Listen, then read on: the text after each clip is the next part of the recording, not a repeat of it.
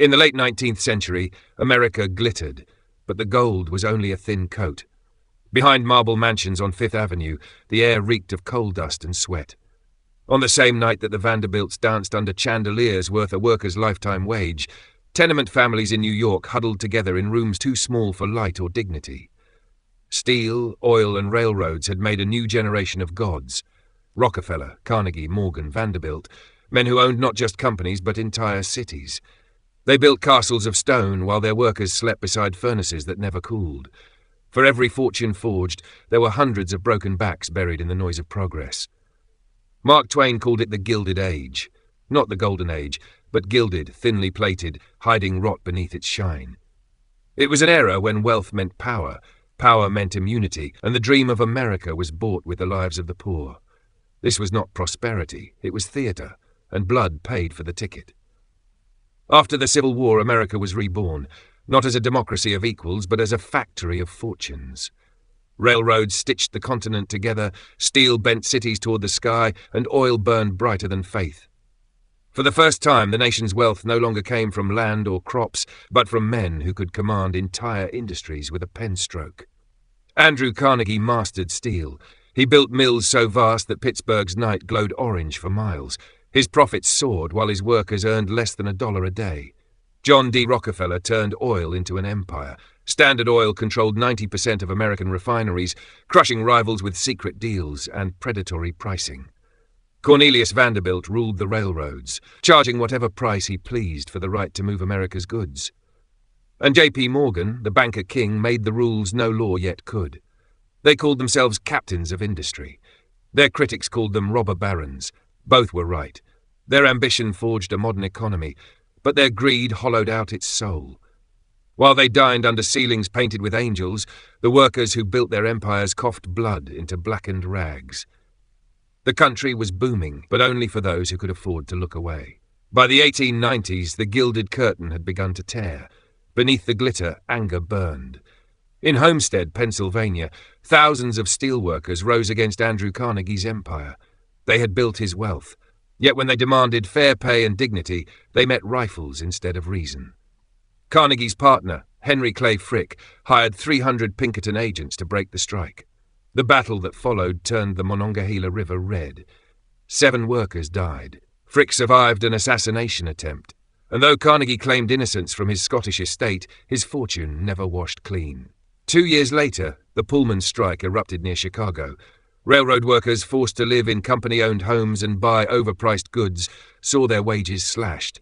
When they protested, the federal government sent troops. Bullets answered hunger. These weren't isolated outbursts. They were the sound of America's conscience cracking. For every millionaire mansion that rose, 10 factories became battlegrounds. The age of luxury had given birth to an age of revolt. And yet, in Washington and Wall Street, the message was clear. Profits were sacred, people expendable. The true genius of the Gilded Age lay not in invention, but in domination. Rockefeller perfected the art of control. Through horizontal integration, he bought or crushed every rival refinery until Standard Oil dictated the price of light itself. Carnegie went vertical, owning every stage from the mines to the mills to the railroads that carried his steel. Vanderbilt's rail network became the arteries of the economy, and he charged the nation rent for its own heartbeat. Competition was a myth. The market, a stage play. Bribes bought senators, and philanthropy laundered guilt. Newspapers owned by tycoons sang hymns to efficiency and destiny. J.P. Morgan merged entire industries over dinner, financing consolidation that made him richer than the U.S. Treasury. The mechanism was elegant. Privatized profit, socialized risk. If workers struck, the army intervened. If monopolies collapsed, the state bailed them out. And the public, dazzled by skyscrapers and electric lights, mistook innovation for justice. It wasn't democracy that ran America. It was the boardroom. And behind every polished signature lay a simple creed: control everything, own nothing. The age of progress came with a stench of blood and smoke. Cities like Pittsburgh, Cleveland, and Chicago became engines of both wealth and misery. The lungs of industry, blackened and collapsing. Factory workers labored 12 hours a day, 6 or 7 days a week for wages that barely fed a family. Children as young as 8 hauled coal, polished steel, or crawled beneath machines that could kill them in a heartbeat. Disease spread through overcrowded tenements where sunlight never reached. In New York's Lower East Side, 30 people might share one room, the air thick with soot and sickness. While Carnegie preached the gospel of wealth, entire neighborhoods drowned in poverty his empire helped create. Yet newspapers called it prosperity. Stock tickers sang and mansions rose higher, their chandeliers glowing on the backs of those who could never afford light. This was the price of America's industrial miracle, a miracle paid for in broken spines and burned lungs. Progress had a heartbeat, and it was pounding itself to death. By the turn of the century, wealth had become power, and power, law. Corporations wrote legislation, politicians obeyed. The US Senate was called the Millionaires' Club, where every vote had a price. Elections were bought, strikes crushed, and newspapers silenced under the weight of advertising contracts. But even empires of steel can rust. Public fury reached the streets, and reformers began to rise. Writers like Ida Tarbell exposed Standard Oil's secret deals. Jacob Riis photographed the hell of New York's tenements. Their work ignited outrage that no bribe could extinguish. In 1890, the Sherman Antitrust Act became the first attempt to shatter monopolies, though enforcement was weak. Still, the illusion cracked. The American dream, once pure, now smelled of oil and sweat. The robber barons had built a new kind of monarchy, not with crowns, but with contracts.